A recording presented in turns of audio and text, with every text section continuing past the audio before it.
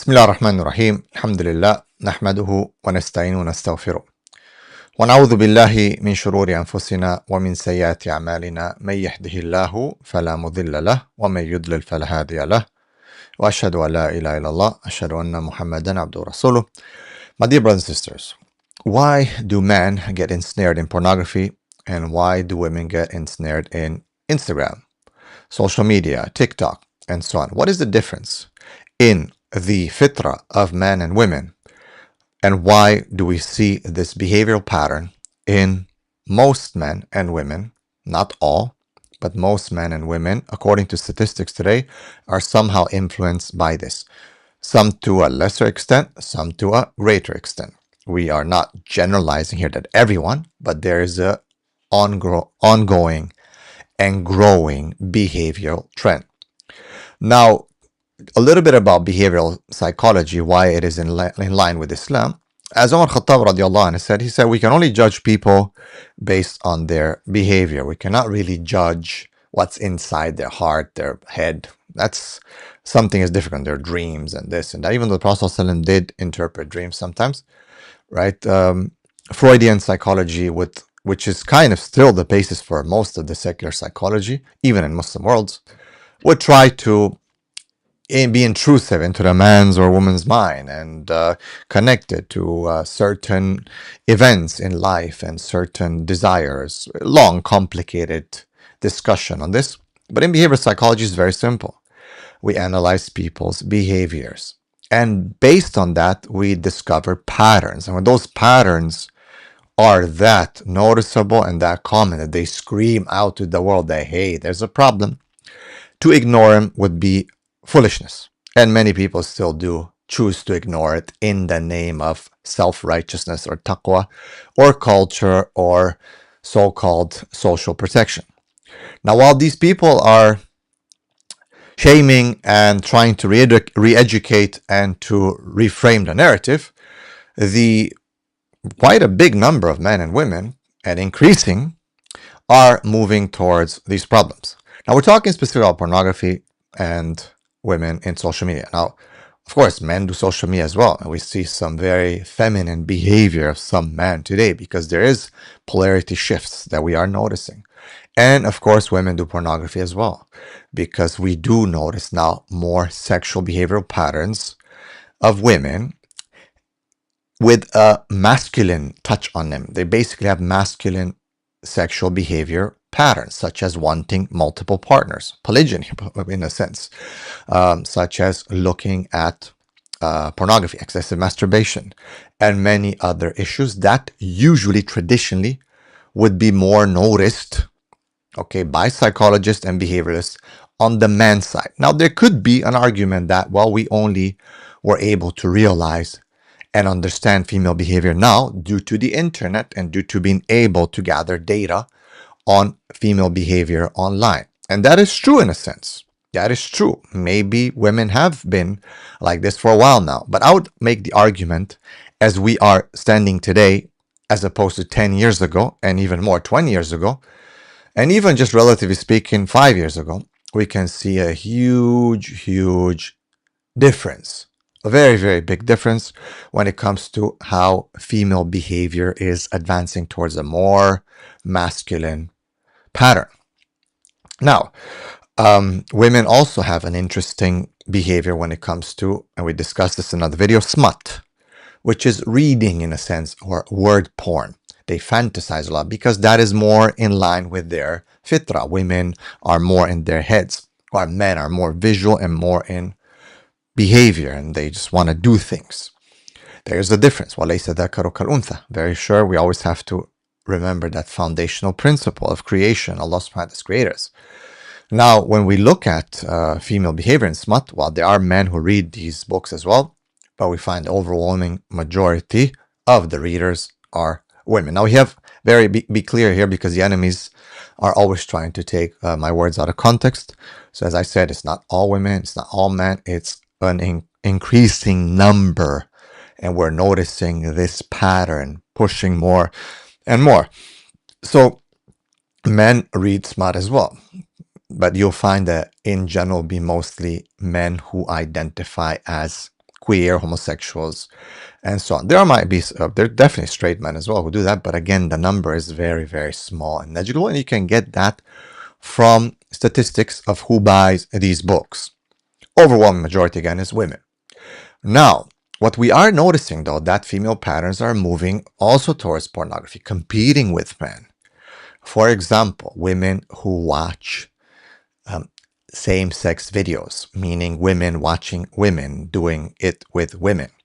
I'll try to keep it as academic as possible, has increased over the past 5 years, actually more, about 7 years, according to certain statistics. So women compared to men are watching that, and you would expect that men would like to see more women in general, isn't it? But women are watching it 130% more than men. So this is an alarming statistics. Now the statistics, by the way, are extending sadly into Muslim countries. Now you'd be like, bro, these kuffar are making up these numbers. Well, there's a little bit of a pushback on that. These kuffar, they don't care about Muslim countries now because they're reporting on themselves as well.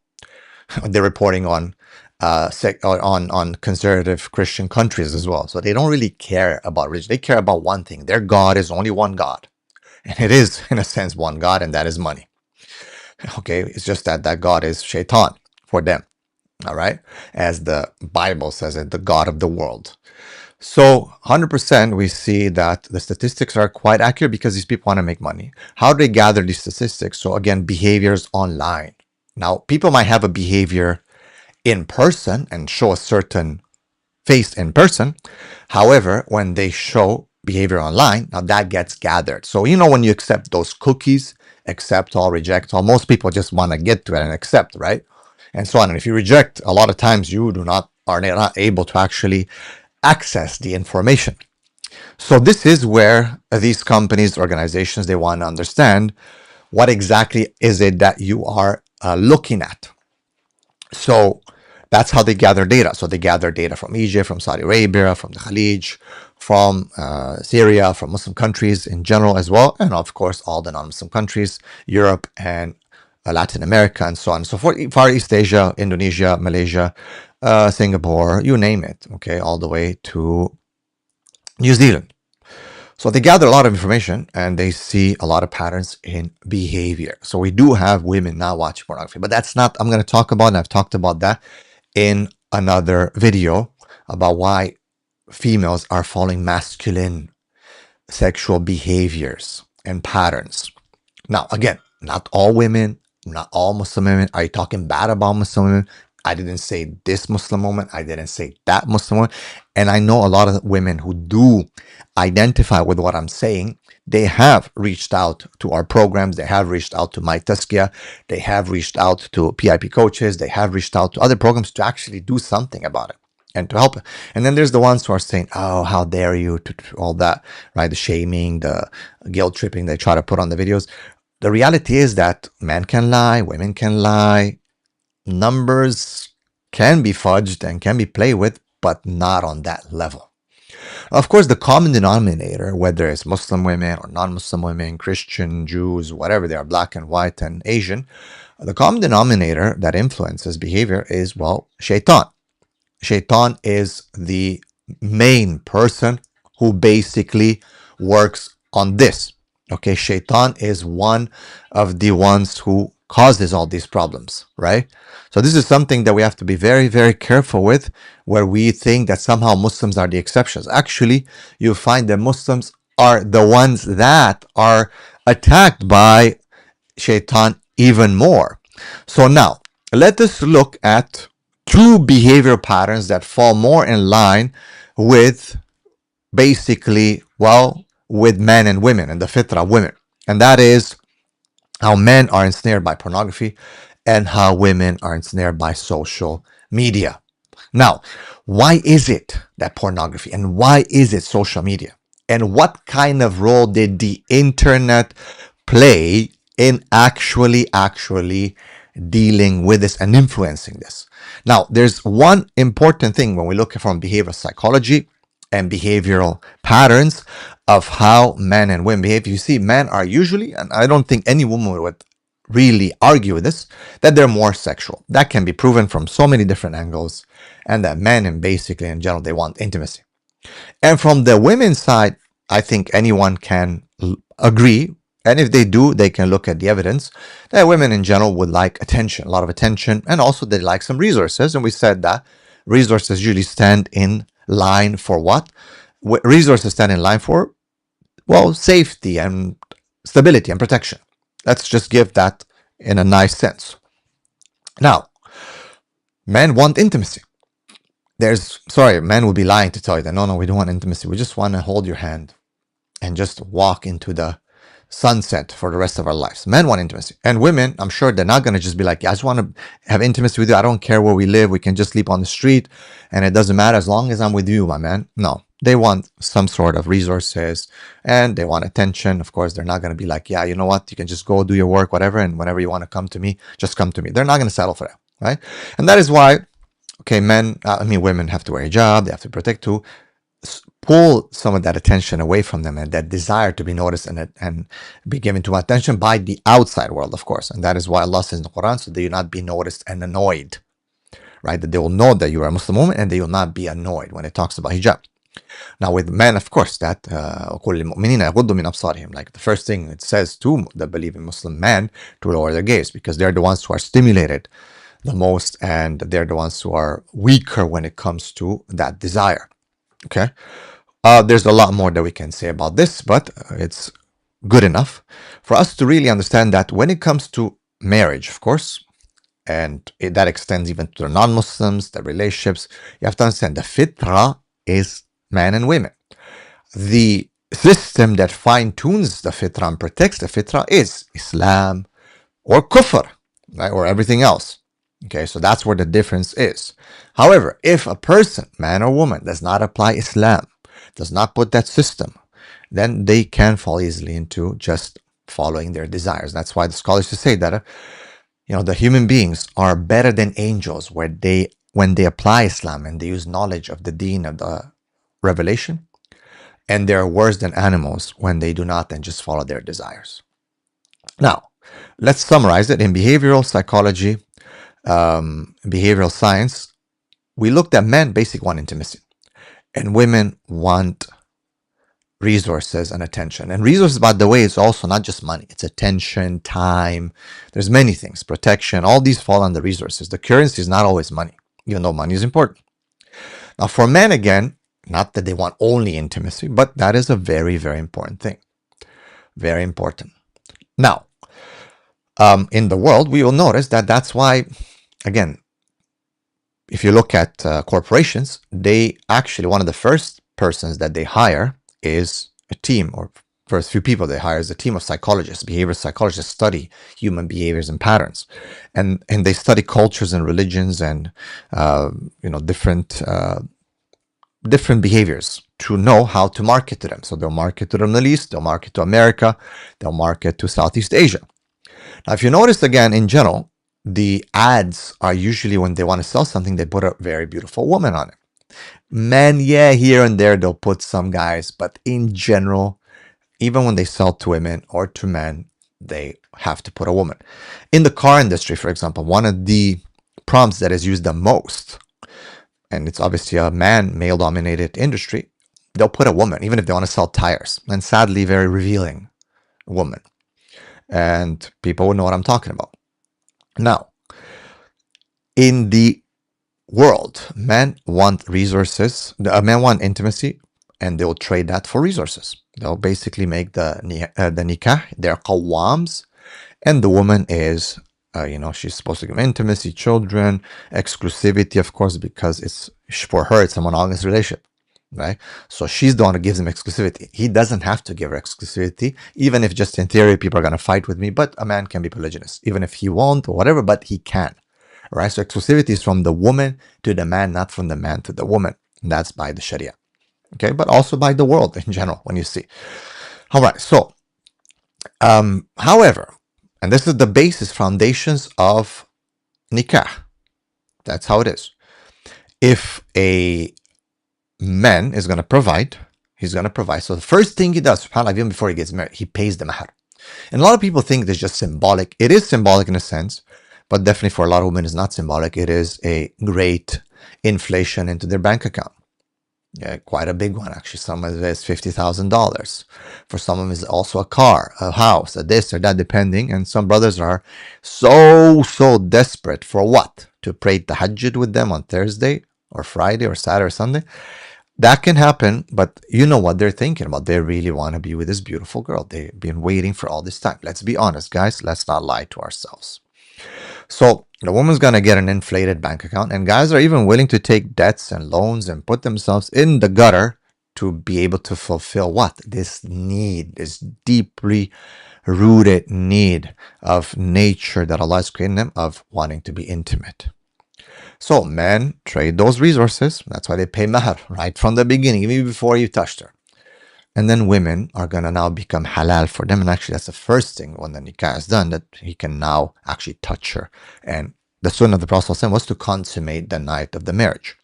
Okay, not to wait 5 months, 10 months, 1 year, 2 years. You would consummate, and that's it. And the next day would be the walima. Now, if either of the man and woman can now get what they want, what does woman want again? Well, she wants attention. Of course, she wants time. She wants to be talked to, listened to. Right? Is that familiar? She wants to be understood. But then all that can be summarized into attention and focused attention sometimes. And really people to give themselves to her, to really understand her, talk to her, want to hear from her. Right? That's what she wants. If she can get that, safer, maybe even cheaper for herself, and without really dealing with real people, well, that's probably going to happen.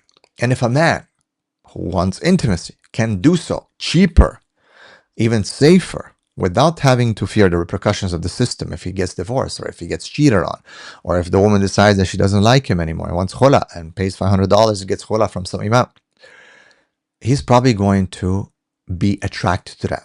Now, a lot of these things happen here subconsciously. A lot of people are not just sitting there like, man, this is too expensive. I'm tired of this, even though there's many who do. And definitely red pill and black pill or incels have been pushing this whole men can go their own way, men don't need women. And that is a reaction to the, it's been first, second, third, fourth wave feminism where women don't need men. So it's a reactionary movement, really. And both of them are toxic, but probably one is more toxic than the other, but both of them are equally toxic, as we can see, and they're just competing with each other. Okay? But if men can get now intimacy cheaper, safer, then they'll probably do that. And here it is. Be careful. There's 2 big culprits, as I said. So pornography pulling men and social media pulling women. Why? Okay, so let's look at it. So how do men get ensnared into pornography? And what's the internet's role? So bear with me. Well, it's the value proposition, right? Porn offers for men.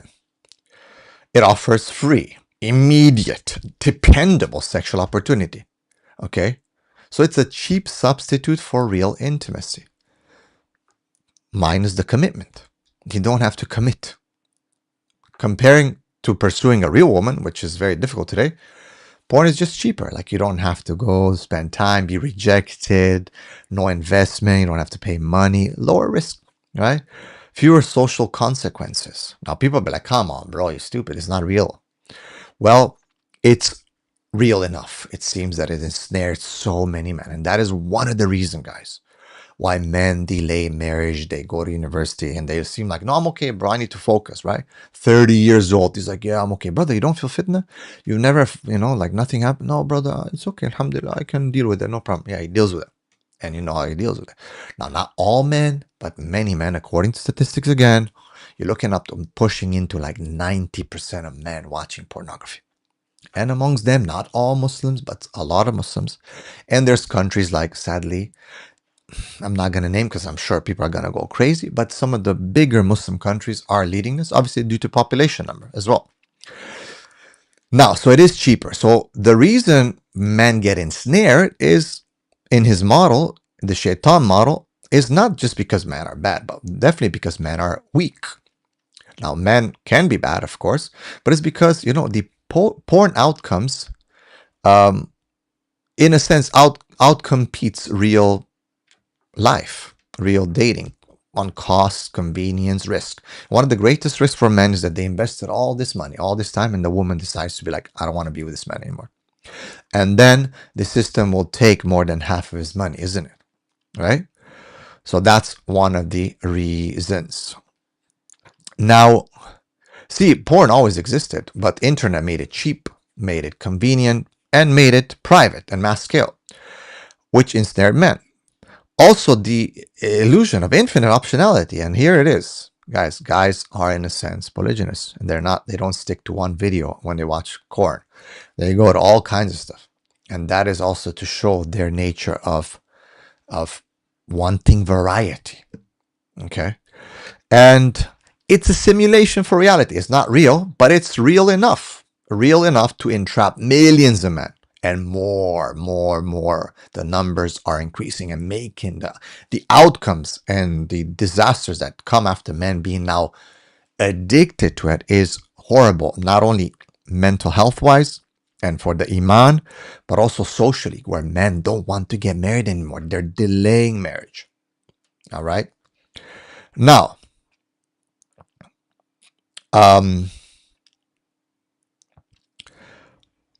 also, now that AI is meeting pornography and they're doing these sex bots and they're increasingly offering more toys for men, more and more men are thinking, wait a second, why do I want to even go with a woman when she's going to break my head in?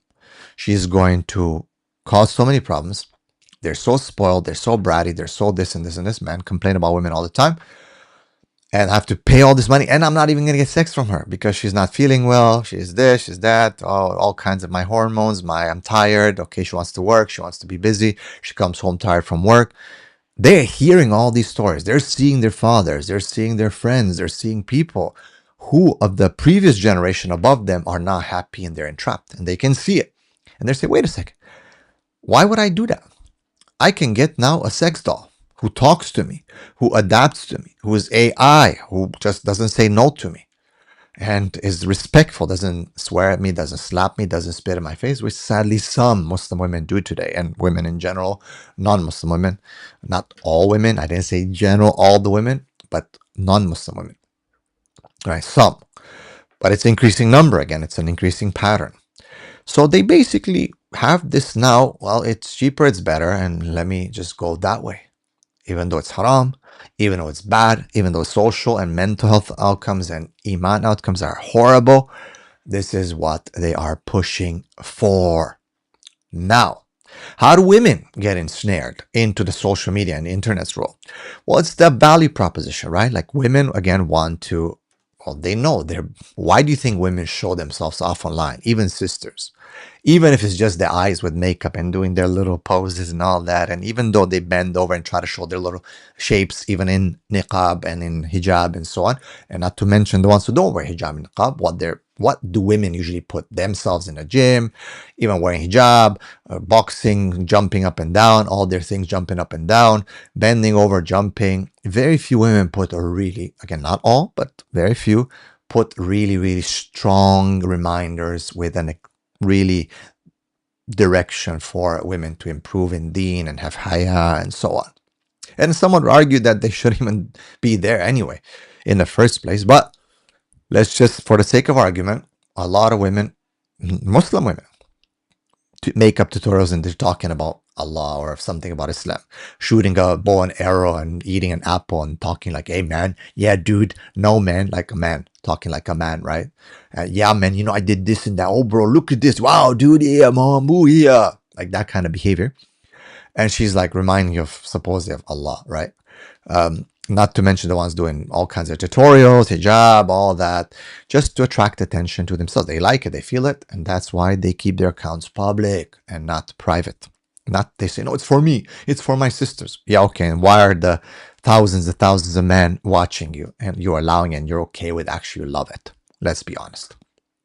So, women do want to trade that beauty that they have, in a sense. And that's what happens in marriage. The key point here is that even men and women now, they kind of discovered that, wait a second, what if I don't do marriage? And what if I'm really not committing sin? And that is why, if you look at a key point here, in the last 20 years, people are having the least amount of sex now in 2026, 2025, 2026. The least amount. In the 80s and 90s, people would have more sex, whether in marriage or outside. Of course, outside is haram. But we're just looking at the behavioral pattern. Why?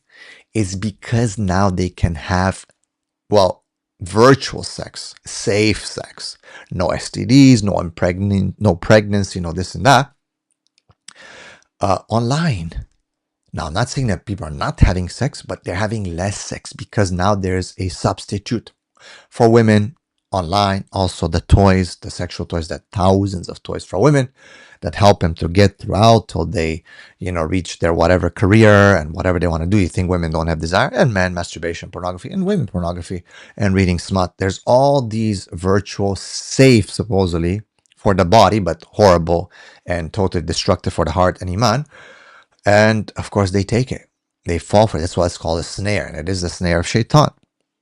Now, again, women, they'll trade that beauty that they have 100%. That's why they put online. That's what they show. And that's why they get so angry when a man tells them to cover off, because you're kind of taking away their power. It's like going to a man and you think he's going to allow you to take his money? No, because that's what his power is and what he will trade in the marriage. Provision, qawama, the mahar, and so on. For the woman's their beauty, and they, as much as they want to say, and that's why they're so angry. The truth is, that's what women really have overall in terms of value. They have other values, no doubt, but that is what, and they know that that's what men are most interested in, whether they like it or not, whether they want to admit or not. Fact is a fact.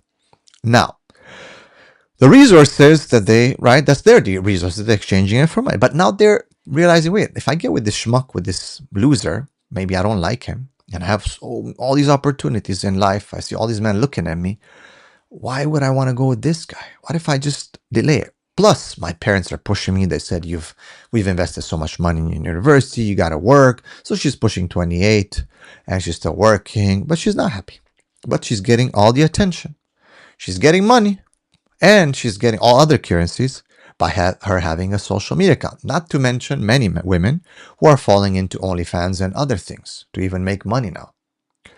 So those money, attention, validation, support, even instrument support, emotional simulation, it's immediate dependence right on. People talking to them, wanting to hear from them, to hear their story, their traumas, their problems. That's why these women talk all kinds of nonsense online, because everyone's listening to them. They love it. As opposed to a man who comes home from work and he's tired and doesn't want to hear all that nonsense.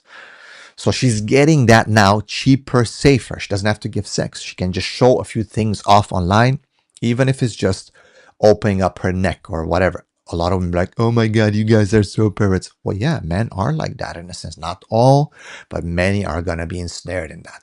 And any man who is honest with himself will admit that that can be fitna. And then other women obviously will show even more and more and more. Bottom line is they're all craving attention. It's a currency. They are listened to. They have a story. They have, they're victimized themselves. All many people are watching this. So women get ensnared. It's not just attention, right? But see, social media can deliver a lot of resources, rewards, with minimal friction. She'll get different companies contacting her, sending her makeup, sending her perfume, sending her clothing in the name of modest fashion. And. Social media makes it cheap, convenient, safe. It's okay. They don't even have to leave the home. They're easy. So it scales female optionality as well. So women can receive propositions and attention through digital channels at an enormous level, as opposed to one person. And that is why we say that social media is so dangerous when a man chooses to marry a woman. Now, yes, some men also seek attention to social media. Yes, some men also try to flex their muscles and all that in the mirror, because again, they're trying to follow, in a sense, feminine behavioral patterns in many cases. Okay. Now, there's one thing here on the safety matters, and that is pregnancy risk. It's eliminated if the interaction is just virtual. The physical assault risk, the disgust, the ick risk, where women, they'll get that. In general, men don't. When they get with a woman, They're into her. Women can, even though they might feel like, okay, I like this guy, they can get the ick and the disgust and so on. And that's why women will accuse men a lot of times of, you're nasty, or even a physical assault. Oh, marital rape. Like guys would never say that my wife raped me. Okay. And of course, again, pregnancy, because women are the ones carrying the baby. And not to mention reputation management, women may use less explicit platforms like Instagram for plausible deniability. And that's what a lot of the Muslim women do. Not all, a lot. No, who are you? I'm just putting myself because I like it. I'm helping sisters to achieve their best thing. I'm not really trying to get attention. I'm not really trying. There's no one in my DM, even though I have plenty of clients, men who caught their wives while doing all kinds of illicit, immoral behaviors just through DM, what's called virtual cheating, virtual affairs. All right. And not to mention, it goes up to OnlyFans. Now, I'm not saying that all women, but there's a huge increasing amount of women, and it's easy. Now you have issues in America and Canada where women pay rent in sexual favors. Sometimes not actual, but close enough, as I said. So, simulation again. So attention connection is as a substitute, right? So the same point is here, right? So attention as likes, validation from men, all that is in a sense comparable enough. It's close enough to reality. All right. So these are very, very important. So this is not every man and every woman. Okay. Very important to understand. But there is a huge increase in behavior. And again, when you look at it, the common denominator is the internet. And yes, all of us are using the internet, which means we're all susceptible to, and we can fall into this, and many women and many men fall. Very important point here is that women are going to get upset about this. Men are not. Men are going to be like, yeah, man. I mean, a few weak, sensitive, feminine men are going to get upset and try to declare the white knight position to defend women and men. But in reality, men know that this is a huge challenge for men. And they don't get angry, and they don't try to lie, manipulate, deceive, cut things out of proportion because I've said something about men. But some of those weak men and women will try to lie, manipulate, deceit, and cut things out because they're angry that I said truth about women. And that is something that you guys need to really, really look at. I've put my proof forward, and I want you to look just around you. Be honest with yourself. On the internet, which is the virtual platform. In real life, look how people behave. Very different. In real life, people are a bit more, there's still more social filters. On the internet, those social filters are replaced with just, well, all kinds of other filters, physical filters, makeup filters, and so on. And men and women are going to hide behind these accounts and get what they really, really want. And as opposed to living in real life and facilitating real life interactions in a halal manner, the communities, our imams, our scholars, some people are just trying to put it under the rug and say, no, bro, don't address this. Don't talk about these things. No, please, we can't. This is not true. You're just making it up. You're just a pimp. You're just this. You're just that. You're the. And in the end of the day, it doesn't matter what you say about me. What matters is that you know deep down inside that this is a real problem that is increasing. Now, it's not all men and all women. It's not all Muslim men, all women. But you can see, for example, the behavior pattern of the non-Muslims. And you can see also the behavior pattern of the Muslims, how they follow non-Muslims in other things. And as the Prophet ﷺ said in that famous hadith, that you will follow them into the hole of the lizard. The Prophet ﷺ already predicted that. Not to mention the hadith about kasiyat and ariyat, about the dressed but they're not dressed, the women. And not to mention the hadith about the weakness of man, that everyone will eat from them like they eat from a big plate. These are things the Prophet ﷺ already warned about.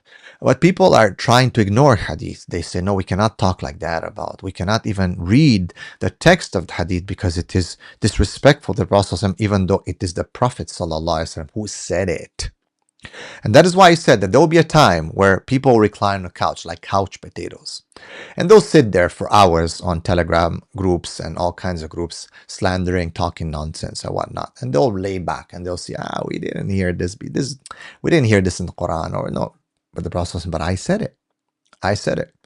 Okay, there'll be that time. And this is one of those times where people are just sitting there talking nonsense, just chilling. No, really, we can't talk about this hadith like that. We cannot say the Prophet ﷺ did that. It's there. Read it with your own. And it's not like, in a obscure hadith compilation. You're talking about Bukhari and Muslim. You're talking about the most authentic books after the Quran. The problem is when people don't have shyness, that they talk nonsense and they want to be allowed to do whatever they want.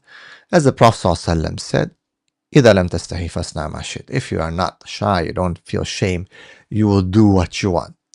So we need to bring back shame. We're not attacking all women. We should never attack a person specifically and so on. We talk about behavioral trends, about patterns, about people who disrespect themselves openly in public, online, and so on, and want that attention. Increasing number of women, definitely, and men are also not too far, but different. No doubt we cannot even compare it. But men are now starting to follow that pattern slowly too. And when we look at what kind of men they are, they're weak men. They're weak men who are either trying to impress women, or sadly their sexuality is changing and they're becoming extremely feminine. These are the models that we look at. Last but not least, be honest with yourself. Look around, because Allah subhanahu wa ta'ala, when you look through the ayat of the Quran, He calls people to observe. He calls people to look at the evidence. Look around yourself, in your life, the people that you know, what you've seen on social media, online, what you yourself have been exposed to over the years, whether you're a divorced woman or newly married, or you're going to get married. You're young, maybe a little bit older, maybe you've been widowed, maybe you were divorced twice, or a man who's seeking marriage, or he's been divorced, or a man who's done certain things and now he's trying to get married or whatever. He's trying to, but he's also not honest with himself. He's also spent many years in doing all kinds of things, delaying marriage and being in limbo, on the fence. Be honest with yourselves. What did you guys, you don't have to answer, you don't have to put it online. What were you guys exposed to? What came your way? What did you see? What did you see of your friends? What did people talk about in high school, in school? What did you hear in terms of their discussion? And was it usually Allah and His Messenger, or this and that? Did you hear mostly reminders throughout your 4 years of high school and college? Did you hear mostly in the world, whether you live in Muslim countries or non-Muslim countries, reminders about Allah and His Messenger, and to be good and to not do this and not do that? Or did you hear fitna and all kinds of different stories and all kinds of events that you saw being unfolded in reality and on social media?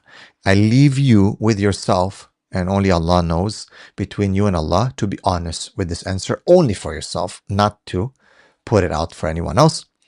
And again, why are people, especially women, putting these accounts to be open if they're honest that they're only doing it for themselves to feel better?